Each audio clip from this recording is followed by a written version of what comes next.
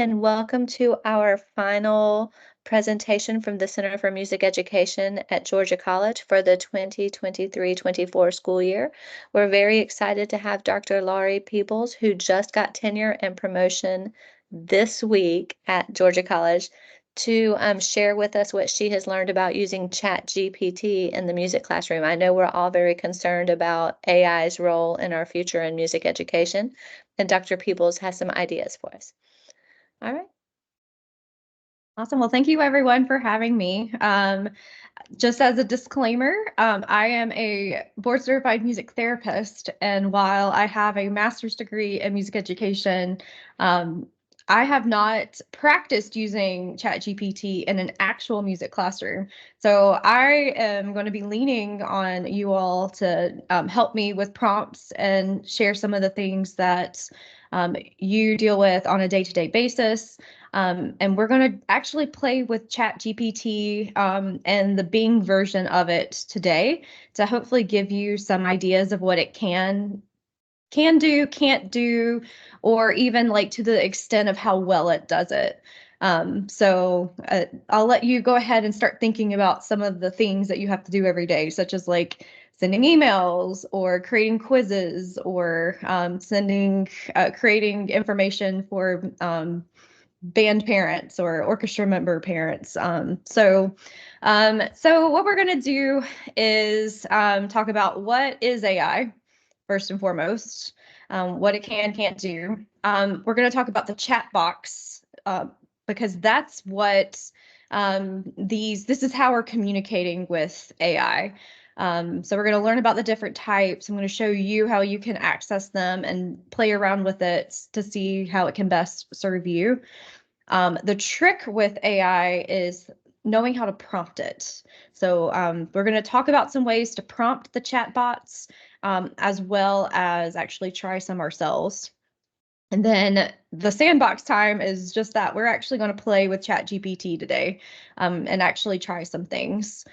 And then I'm going to end with providing some advice, and then end with us discussing any concerns you may have or any questions you may have, and any questions. So I like to start with this just because I think we have all heard some different things about AI, and to be completely honest, I don't really know where I fall on the larger discussion of AI. I think we could be scared of it. I think we could, actually start utilizing it and make our lives easier. But I like this quote about writing being a technology from Plato. They will cease to exercise memory because they rely on that which is written, calling things to remembrance no longer from within themselves, but by means of external marks. What you have discovered is a recipe not for memory, but for reminder. And it's no true wisdom that you offer your disciples, but only the semblance of wisdom. For by telling them of many things without teaching them, you will make them see to know much while the most part they know nothing. And as men filled not with wisdom, but with the conceit of wisdom, they will be a burden to their fellows. So Plato thought writing was going to change the way the world worked, and it did, to the benefit of humankind. So hopefully this will be what AI can do for us, is it just allows us to be more efficient with our time, and hopefully just make our lives a little easier. So what is artificial intelligence? So the definition is artificial intelligence, or AI, is a technology that enables computers and machines to simulate human intelligence and problem-solving capabilities. So there are types of AI. We have been interacting with a lot of low-level AI up until this past year. But the GPTs, or the generative AIs, are really the world that we are starting to live in now. And the large language models, or LMMs, these are the GPTs that are trained on language. So this would be the Chat GPT and Bing and Claude AI. Basically, the way that these AIs have been developed is that um, uh, computer engineers put in large language prompts into and just downloaded into these systems, and they had the AIs try to predict the next word. And by telling them, you got it right, you got it wrong, it's starting to learn how human language works.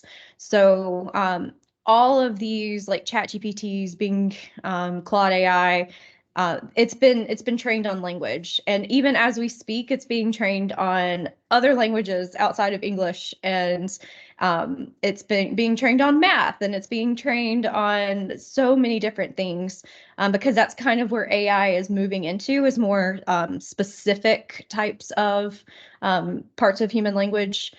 So yeah, it understands what you are telling it, and it just keeps getting better and better and better. Um, so the large language models are really kind of what we're going to be really using today.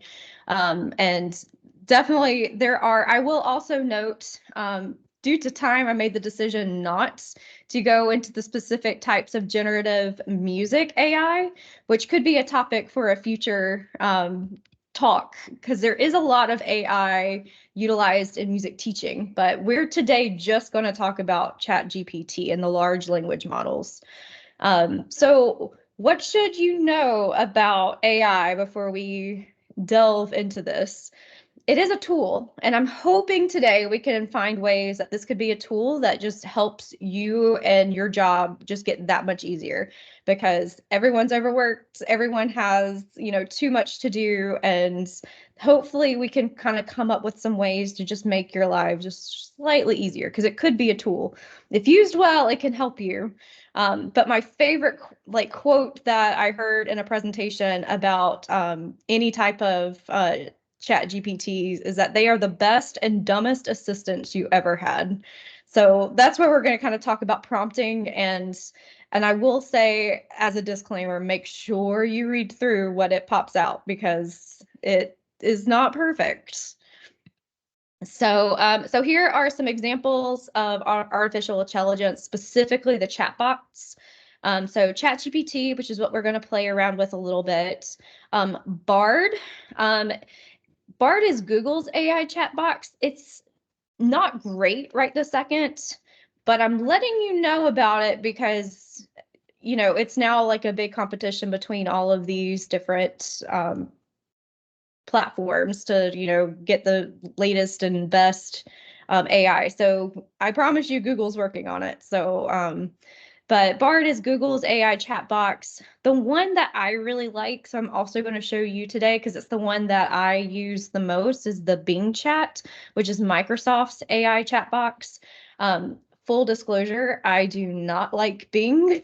Like, it is not it's not the platform I use, but when I want to talk to AI, Bing is where I go, and here is why. So ChatGPT, if you use the free service, which is what we're using today, is it's ChatGPT 3.5. So what this was like the big original one that this time last year many people were kind of freaking out about, because this is like, oh wow, look what it can do. It can write papers, it can do all these things. There is now a bigger and better version of it, and it is 10 times as good as the ChatGPT 3.5, and that's the 4.0. That the 4.0 is actually connected to the internet. So if it is on the internet, it can access it. It can access stuff that was just published seconds ago, and then you put in your chat prompt, and it can pull it up. And so it just has access to so much more information. It comprehends better. So you can purchase the Chat GPT for a 4.0 for a subscription of $20 a month. I don't want to spend $20 a month. So if you're like me and want to actually save your 20 bucks, Bing is the way to go. Bing is the ChatGPT 4.0, And because it's connected to Bing, it's already connected to the internet. So Bing is really what I like to use the most. But we're going to play around with ChatGPT and Bing so that you can kind of get an idea about it. Um, so, so things to think about when we are prompting. Um, the more content you can provide, the better. Because like I mentioned, it's all trained on large language modeling, meaning that if you don't provide it that information, it's going to make it up, or it's going to try to guess what you meant, or it's going to try to guess the information you didn't provide. Now, you can also start with a pretty open-ended prompt just to see what it comes up with, and then you can reprompt it to get more specific and more specific. But again, the more content you can provide it, the more details, the better its output actually is. Um, do add constraints. So maybe you want it to compose an email to your principal. You can tell it, please make it, please write this in a formal style, but make it short. And it can do a good job of actually adjusting what it spit out. Um, the other thing you can do is ask it to do specific things, like ask AI to think step by step. You can push back on AI, and that's also how it's learning. So it's a good thing. It's just going to keep getting better. So if it does say something or come up with something that you're like, no, I don't really like this part. Can you replace this paragraph with whatever, or can you replace this line with the following? So it can really it can adjust it and work with you on it. And do remember, it isn't magic and it's not perfect yet. So again, it's going to be really important to proofread. So what it can do for us, and this is what I want us to kind of spend some time with playing around with. It can write emails. It can actually write probably better emails than even I can come up with. And it can assist with lesson planning. I played around with some music education lesson planning ideas, but I'm hoping to get some ideas from you all. But it actually comes up with, I would say, really good lesson plans. I also did this for music therapy session plans, just to kind of see what music therapy, how it could kind of handle that. And I will say, I think its objectives were a little weak. They weren't very, what I would classify as measurable, but it really did come up with some good activities. And from my knowledge, also your knowledge, you can kind of adjust that lesson plan to better suit what is going to be more appropriate for your students. But it can spit out a lesson plan in a couple of seconds. So if you're spending time writing a lesson plan, it can help you speed up that time. It can create quizzes very quickly, and its questions are very good. And then I've also been playing around with, because I read some articles about how it can help with grant writing. It's pretty good. You have to provide it a good bit of details, so but it can still be very helpful. So I want us to try it. So feel free if you want to pull this up on your own. If you want to, let's start with Chat GPT and the free version. This is a 3.5, so it's not going to be as good as the Bing.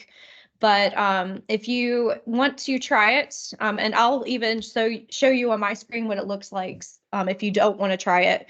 But go to chat.openai.com and create an account. I think it just really asks for a name and email. But let's do this. Okay. So this is, you can kind of see it here, Chat GPT 3.5, and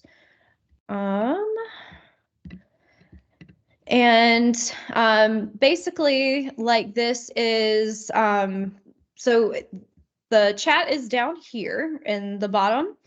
Let's start by having it write an email. Write a formal email to my school principal, inviting her to attend the spring chorus concert on April 30th at 7 p.m. in the theater.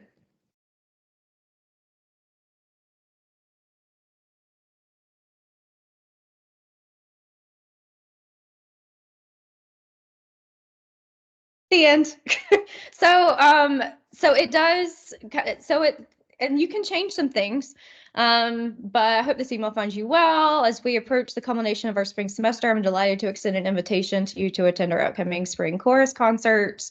And if you have, this is where you can get it more specific. Who wants to help me come up with the name of the chorus?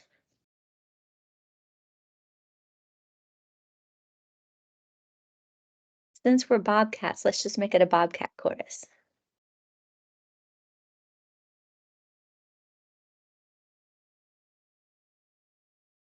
All right, let's see if this prompt works. Yeah, so I would still, okay, it did add it here. Yeah, and you could even like again edit this before you send it off, but yeah, that's pretty good. You can even tell it to, the other thing you can do is actually I'm curious. Look up my information uh from the Georgia College Department of Music. Let's see. I don't know if it will do it. I kind of wonder if it'll add. No, okay, it's not going to do it. Oh, and you know why? I just remembered why. ChatGPT 3.5 is not connected to the internet. So let's remember that and let's actually try it with Bing because I think Bing would actually look up my information from the Georgia College website and actually put it into here. Um, Anyone else want to throw out an email prompt or that you want to try? Okay, Send an so email so to. Oh,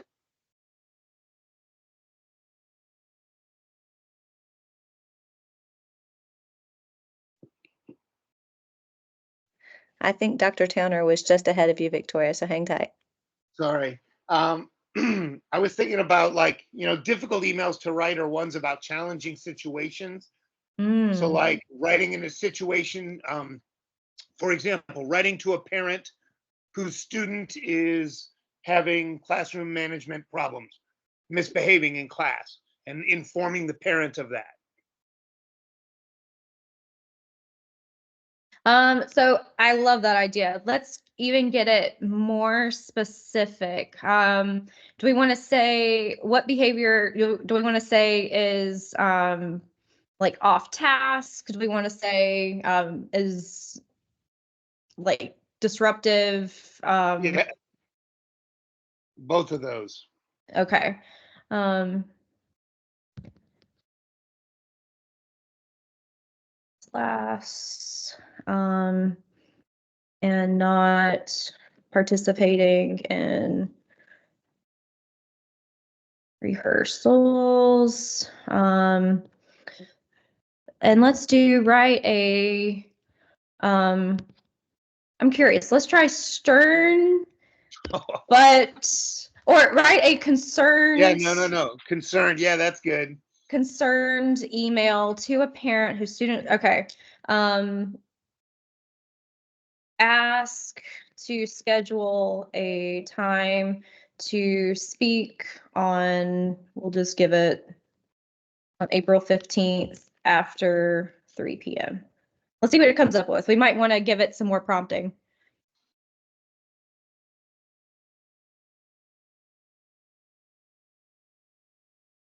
Oh, wow. Really? Okay.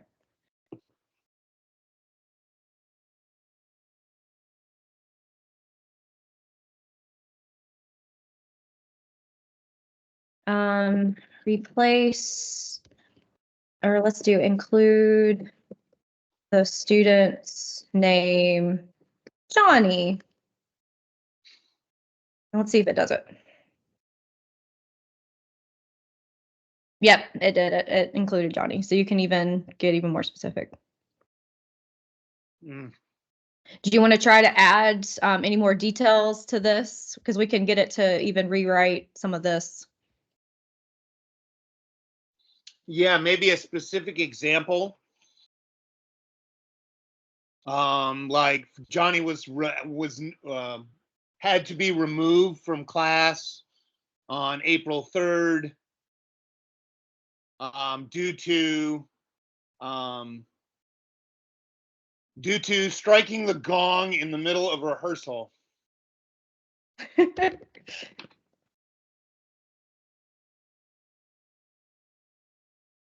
Here's another thing. Johnny can be disrupted by, for instance, by blowing on loud notes on either brass or woodwind instrument or another type of instrument that'll disrupt the teacher's directions and the rest of the class that make them feel comfortable.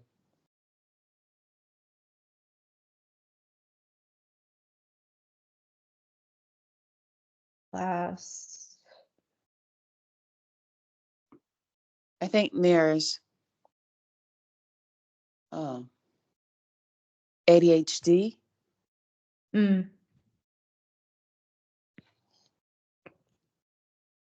Or another like mental difficulty. So includes ADHD.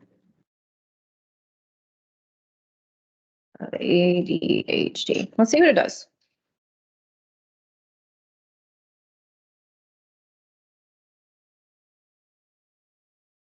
So it included the trumpet part and the diagnosis. Yep. So yeah. It might be better from a FERPA standpoint to just acknowledge that there's an IEP in place without putting specific Good point. information like that in something that might be not be a secure communication. Thank you. That is a good point. So yeah. So that, any other emails, or would y'all like to try some lesson plans now? I was playing with the lesson plan and I see what you meant. Like the activities that it gave me were ORF-based as I asked, and they were timed and well written, but there was no unifying lesson goal. There were no differentiated instructions such as RTI or even accommodations and modifications. So it's a good place to start, but it's not going to get you through graduate school. Yeah. I did want to mention what Dr. Holmes was saying about that. It also does not, and I think it's a wonderful tool, but at the same time, it's not taking into account the students that you have. They're learning. Where are the students in their processing what the activities you have at that particular moment? Maybe you have, like maybe in chorus, you have 5 students who are in maybe triad program. They're in a behavioral triad and they have a para and they need that remediation. So it's almost like I do like the chat GPT for maybe like a foundation if somebody's just kind of like, I'm on a tight schedule, I've got to have a certain activity, or like maybe thinking activities outside of the box, because sometimes we don't know what we don't know. And it would be like a wonderful start to be like, oh, that's a great activity. And then the person themselves can actually tailor that activity to their particular students, if it's like 6th grade students, because maybe the teacher they have 2 chorus or 2 6th grade classes for band, chorus, or orchestra. One 6th grade class has 5 IEP students who are in triad, and then the other 6th grade class does not have any students with IEP. That's a very good point. And that's also where this is still, we are still the humans interacting with this artificial intelligence. So yes, all of these, this is not going to replace the teachers. And I think that's important to remember is, at the end of the day, we know our students, we know what's going to be best for them. We know what they need to be successful. I'm trying to see if we can even tell it to include accommodations for uh with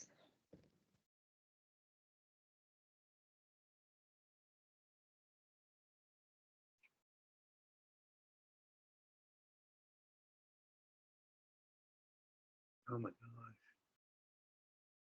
That's a reasonable start, but then you yeah, have it's to a go through reasonable this. start, Yeah, but you have to go through it and determine which of those accommodations are actually needed in your classroom mhm. and which you might not do. But yeah, I like it for idea generation, but it's not gonna do it all for us. And that's kind of where I am right now with these AI chat bots. And I've kind of told my students when, they're struggling to come up with their music therapy session plans, if you're like just, you know, it's late at night or late in the afternoon and you want to get this lesson plan done before you go home and you're just kind of having a writer's block, this isn't a bad start. And it can create some, like you just said, Tina, like some good ideas. Mhm. It is not perfect. I um, just I just had one that actually aligned a lesson to the specific Georgia Standards of Excellence, and I haven't tried for a specific grade level, but if it can align to any, then I think it can probably do all. yeah, and it does do better if you can give it a specific grade level and if you can give it a specific time. Mhm. And if there is, I did ask it the other day, uh, write a lesson plan to teach eighth note rhythms to first graders. Um, in a first graders based on NAFME standards. And what is the standards called in Georgia? Georgia Georgia. Standards of Excellence. Let's see what it comes up with. So it's like Dr. Albee said, it's a tool. It's a tool. It's not there yet. And I think yet is the word because it's still, I think this is where it's going to just continue to get better. Sure. Because at least what I've been reading, as far as like what all of these companies, Google, Microsoft, um, I'm blanking on Claude, which company that's a part of. But they're hiring, or what they want to do is start hiring specialists. So they may be hiring some of your students to actually help them write lesson plans and actually be feeding lesson plans into these large language models and specifically telling them what's good about this, what's bad about it, so it can learn. Mhm. So I think the next step in, probably the next couple of years is, they're going to hire music educators to help them get better at these more specific things, which is awesome and kind of scary at the same time. Sure. Change is always scary. Yeah. Um, let's try. Um, there was one other thing. Um,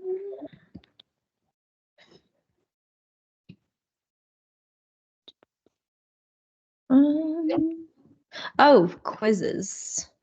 Um, so you can have it write quizzes. So create a um 10 question um multiple choice quiz based on um well, we'll stick with Mozart, based on Mozart. For let's do 7th grade.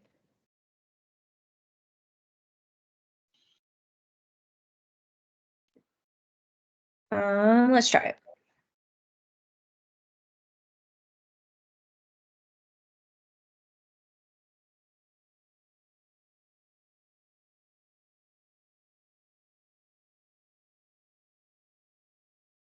So it gives you questions, answers, and the other thing that I like about it, right, 10 more multiple choice questions about Mozart. So it can, if you don't like the first round, you can kind of keep it going. So it's nice. And like I will say like some of the questions are good. I did have it, I played around with this for some music therapy quizzes. And again, some of them are better than others. Like, you know, it might not be really important for our students to know Mozart's father's name, but you can kind of base your quiz and tell it to be more specific or less specific. Is there another quiz topic y'all would like to try? Will it write a quiz based on a lesson plan? Because Yes. I'm still seeing that in order to make this pertinent to a specific topic, we're still going to have to pick and choose from what it generates to maintain our educational goal. Let's do this. Let's go ahead and jump to Edge, because I believe, so once you go to Bing, it will be this chat with Copilot. And if you click on that, it takes you to a new chat. And it's, I think there's also a way to like delete some of these. Oh, new topic. So you can ask it anything. Let's have it. And I think this, so you can, this is why I like Bing. You can upload from Bing, and I wonder if you could upload, yeah, I can get to my documents. So you can actually upload a lesson plan, and potentially, Tina, do you want to try it? And maybe we can share your screen and you can upload a lesson plan and we can ask it to make a quiz. I don't think I have a quiz ready. I don't think I have a lesson plan specifically ready. I don't necessarily write out plans that way anymore. I mean, you know, I have lesson plans, but it might not be what it's going to recognize. True, yeah. But that would be something I would try. Sure. But yeah, so Bing, you actually can't upload materials from your documents. So it potentially could. So you could upload perhaps an article and say, please write an abstract. Yes. Oh, it can for sure do that. Yes. In fact, that's also where we have to be careful with our students now, is that it's very easy for them to upload anything and say, you know, write. I will say I did ask Bing to write a 5-paragraph paper essay on well, we'll stick with Mozart. It's Saturday. On Mozart's career. And sometimes it gets very ethical. And it says it can't do it because that's not, nope, it's going to do it for me. Okay. Sometimes it gets really ethical. And it has responded to me before of, this isn't ethical. You need to write your own. But yeah, it's writing a paper for me right now. Oh, God. which is why we do have to be careful. So I will say some advice for educators, especially if you're asking students to write papers now, is it's what it can't do is human emotion right this second. So really, I think the benefit that of or how we need to change assignments is to be more reflective, like having the students actually reflect on what Mozart means to them, or or how one piece, like what feeling did this one piece evoke, and to them, like that's something that it can't do.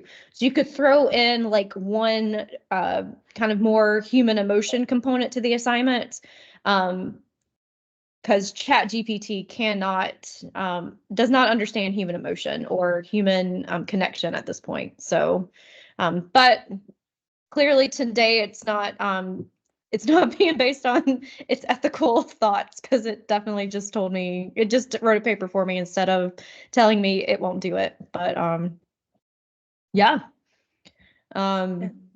I'm sorry, this might be another place where rapport and knowledge of our students comes into play, because, if the way you talk and write in our, discussion board or our class interactions or whatever is very different from the way that, your paper turns out, then we might have to question where the paper came from. Yes. And I I think it'd be wanted to better if I mention, could. Oh, go ahead. kind of piggyback what Dr. Holmes Davis said. In my previous school as a middle school parapro, I do remember the seventh grade social studies teacher. She had assigned, it was 5 paragraphs on, it was a prompt, but it was a prompt also regarding the kind of like a little booklet that she had given everybody in the class. And then after a week, she had announced that some students in the class, social studies, seventh grade class, she didn't say who, but had used the chat GPT to write an entire paper, because they just copied and pasted to a Word document and sent it, and they left the prompt in the copy paste. And she was also extremely aware of how the difference between the formal writing of the chat GPT and the students who have been writing previously throughout the semester, and the difference between a seventh grader and then something that was more formal. And I do agree. I caught actually 3 graduate students this time last year utilizing Chat GPT. One student's writing like drastically improved, like, which I was very excited about, but it was just a little too obvious that had drastically improved. And at one point, I will say this, and the difference. So what we're on right now, this Microsoft Bing. Again, this is the one that's connected to the internet, and it's 10 times as good as the Chat GPT 3.5. Unless students want to pay for the $20 a month subscription to Chat GPT. I mean, again, they do have access. Bing is free. If you download Microsoft Edge, Bing is free. But the sad thing is the Chat GPT 4 is, like I said, 10 times better, which is making it harder to catch students. Chat GPT 3.5 would often create things, like it would create new composers or new researchers that have never existed. But now Bing, since it is connected to the internet, it is just way more accurate. So it's a little harder. But yeah, if a student leaves in the prompt, it's going to be a dead giveaway for sure. But yeah, getting to know your students and your students' writing and writing style can help catch it. But I will say too, I played, Dr. Holmes Davis mentioned that I just was awarded tenure promotion this week. I actually I promise I edited it, but I just wanted to try it, and I actually had it write my teaching summary. I actually uploaded my resume, and I just asked ChatGPT to write a teaching summary for a tenure and promotion document. And It was not great, but it was kind of interesting to, use some of the words, because I don't do well like bragging about myself. So it was kind of like helpful to get some of the words, just some other ways to kind of word some things. The other thing, if you need to edit something, you can copy a prompt and like or whatever you've written and ask ChatGPT to edit this for clarity. It does a really good job of editing for clarity. I've used it a lot, especially if I'm trying to give students feedback and I'm wondering if this is clear. You can put in whatever feedback you're giving and ask it, rewrite for clarity. And it does a really nice job of doing that.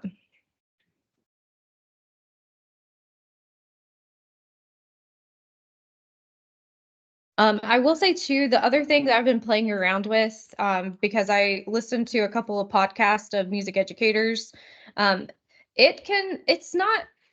it's a good starting point for writing grants. So a grant for 4 tubas, or for South High School band.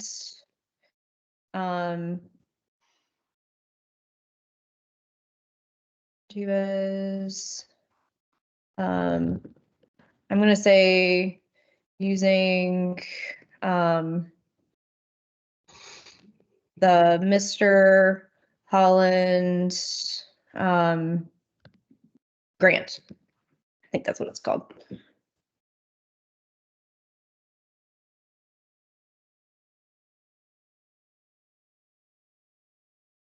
So it's looking up, because it's connected to the internet, it's looking up what the grant is online. And I will say it might be looking up a South High School, but it even looked up the economics of the area. So you can get very specific, like tell it, yeah. Oh my God. And you can get specific. I am not a tuba player. I'm a flutist. So you can tell it specific, like I want concert C tubas with this brand, and it would include that. Oh, here we go. It's even gonna show like, oh, eBay tubas. Oh, that's scary. That's really scary. So I would definitely would highly recommend that you adjust the budget, and maybe actually provide like information about the brand, and it could kind of fix it. Do we want to try that? Do any brass players out there know a specific brand of tuba? Sorry, Loki, my cat is zooming. Yeah, Eastman makes good tubas. Rewrite to include and have it from Brasswind, Woodwind Brasswind. Get the quotes from Woodwind Brasswind. Oh, let's do get Eastman. Yep. Tuba quotes from, say that again. Woodwind Brasswind. Woodwind Brasswind.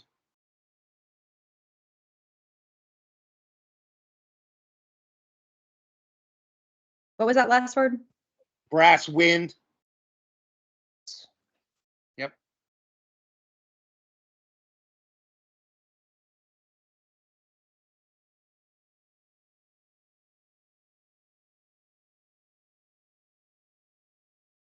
So it just did research for us instead of you. No kidding. Instead of you spending hours looking up like things. Yeah. I want to see if we can get it. Include these quotes in the grant above. And you just did Cliff's weekend work for him. Good job. Yay. Oh, and yeah, now it's going to rewrite the grant to include the Eastman tubas. So I will say I have not written a grant with any large language model, but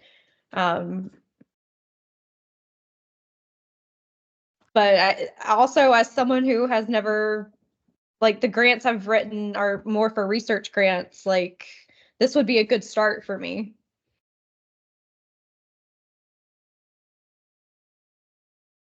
And it's still going.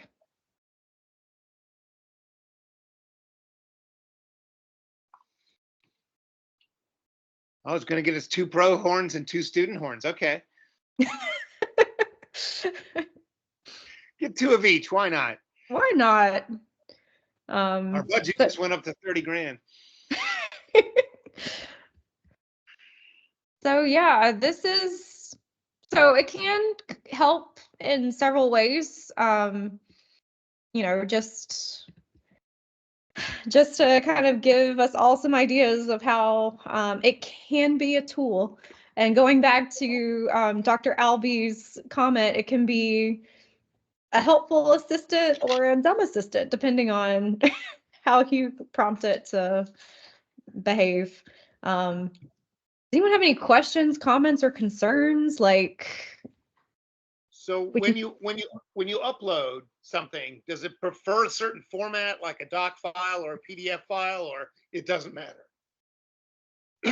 Let's find out. Because I honestly don't know. Because I'm still learning. I've been playing around with it for a year, but I kind of keep feeling like I'm still learning. So let's try.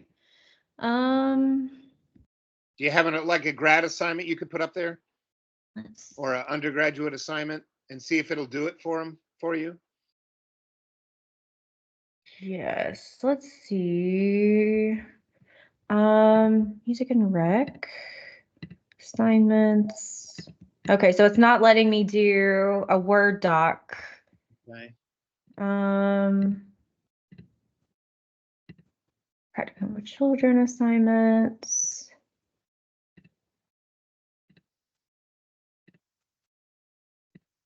Doesn't let you do the PDFs either. It's not doing PDFs, that's kind of what I thought it could do. Does it want you to copy and paste the information from the Word doc directly into its box? Maybe so. Let me go from a different angle. Let's go back to music and rec.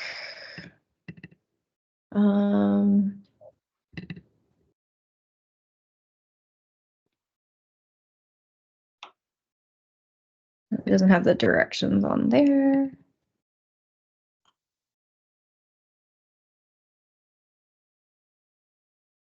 Right. Complete. This might be where it tries to get ethical. Complete this assignment for me. And the other thing is, it's going to. This is a reflection assignment because Chat GPT exists, so I want my students to more reflect on assignments now versus look stuff up. So let's see how human it can be.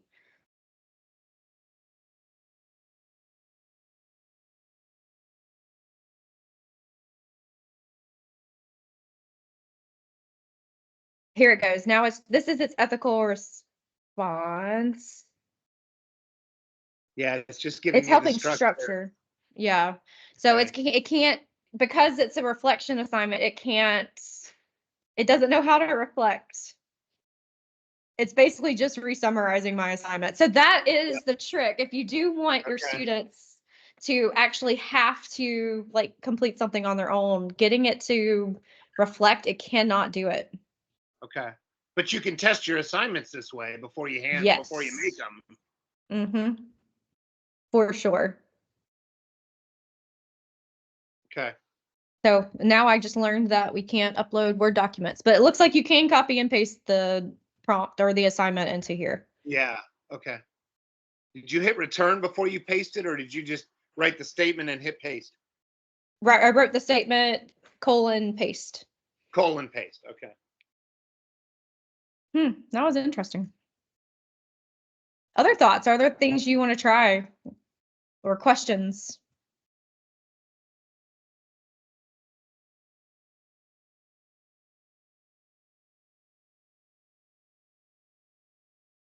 The other thing that I haven't played around with it yet, but I do know that there are some teachers who have used ChatGPT to create rubrics. So it can create rubrics, and you can also theoretically, I've heard people doing this. I haven't done it. You can actually like give it your rubric and then cut and paste student assignments into it and say, grade this assignment based on this rubric. And it's from what the music ed college is doing. I've heard very good things about it.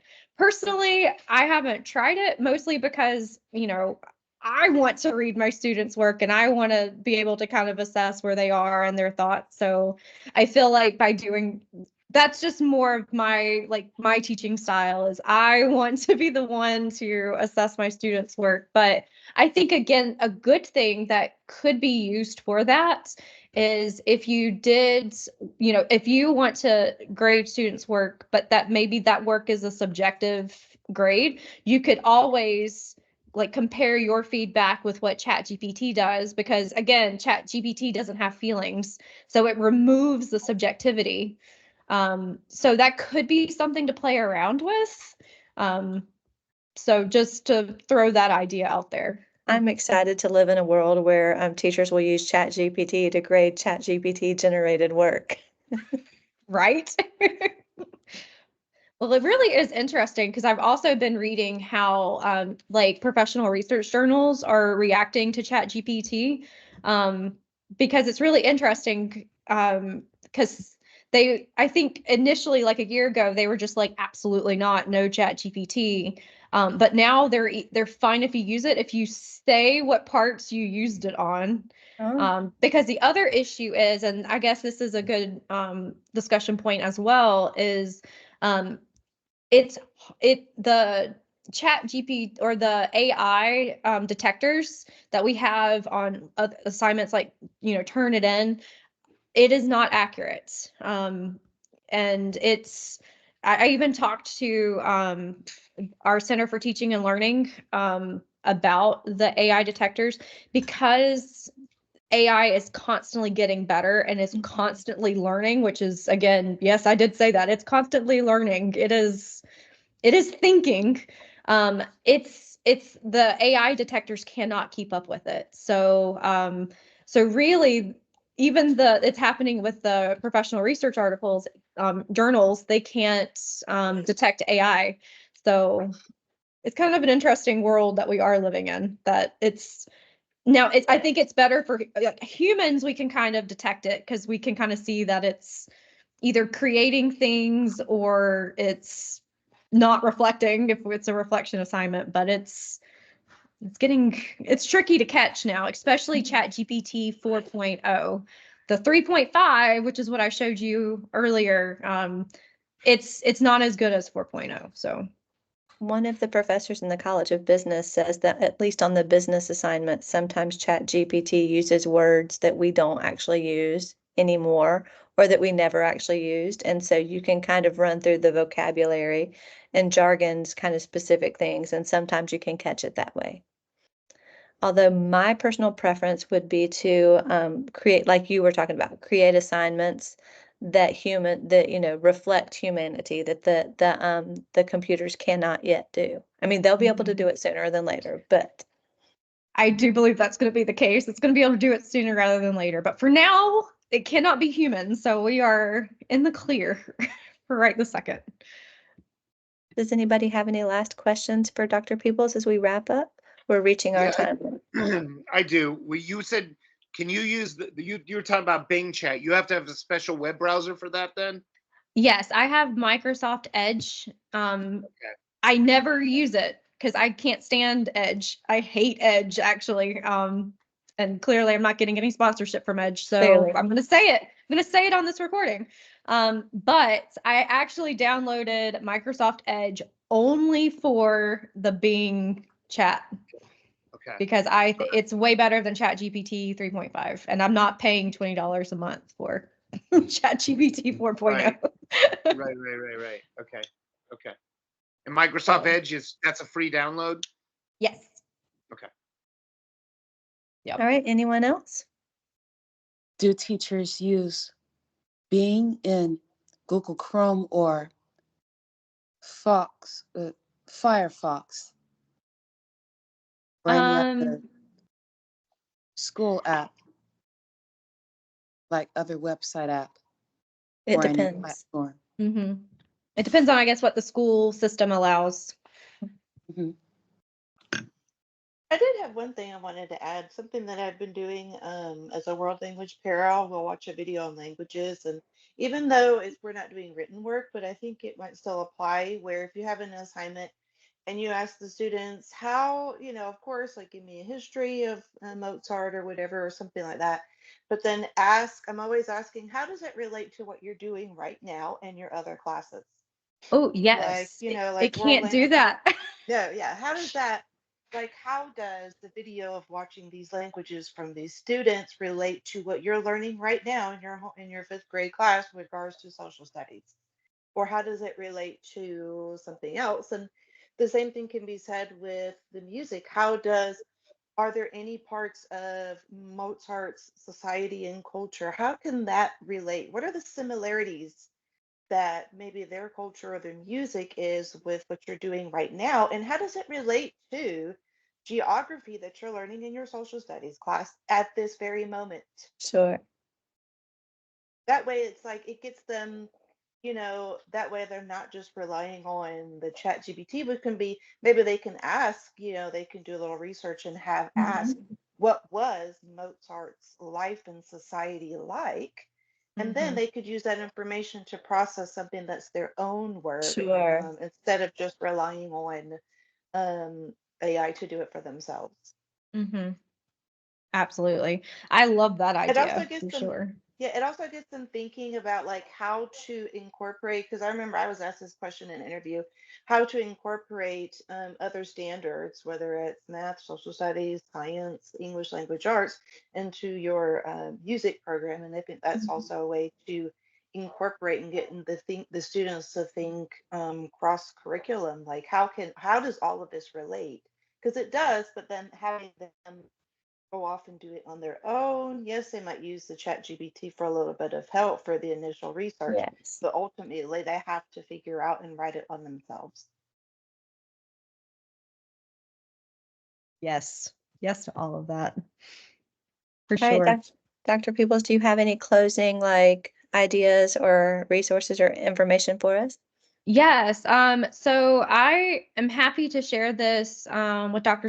Holmes Davis. And because I do have a slide, um, and now I can't figure out how to go back to my slides. So I have a slide in my PowerPoint where I have linked some references, such as I found the bulletin, the Music Ed bulletin did 12 AI generated music. That's what we did not talk about today. But if you're curious about how you can actually use AI to compose music or do some music composition things, it's a way that you could teach students how to engage with AI. Um, and then I included a blog, How to Write Better ChatGPT and AI Prompts for Music Teachers by Katrina Proctor.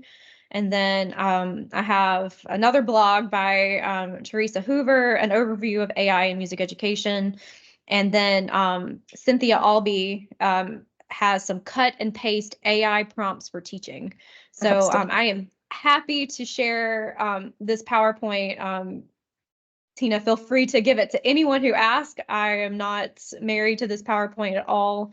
If you don't And yeah, if you mind. have any questions, feel free to contact me. My email is laurie.peebles@gcsu.edu. I am learning with you, so I'm happy to explore this world that we are now living in. We are living alongside AI, so hopefully AI can help us and make our lives easier.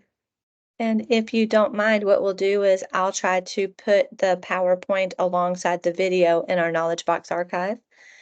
And Excellent. then also, if you think you might be ready, I'm actually building next year's professional workshop series now.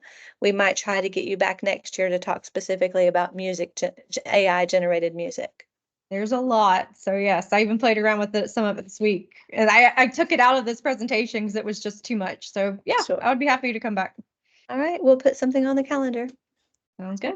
And y'all, thank you so much for being here for our final presentation of this school year. And go ahead and start looking out in the next couple of weeks for next year's series. And we will continue to offer these events to professionally develop our music education community. Have a wonderful weekend. Bye-bye. Bye. Thank you so much.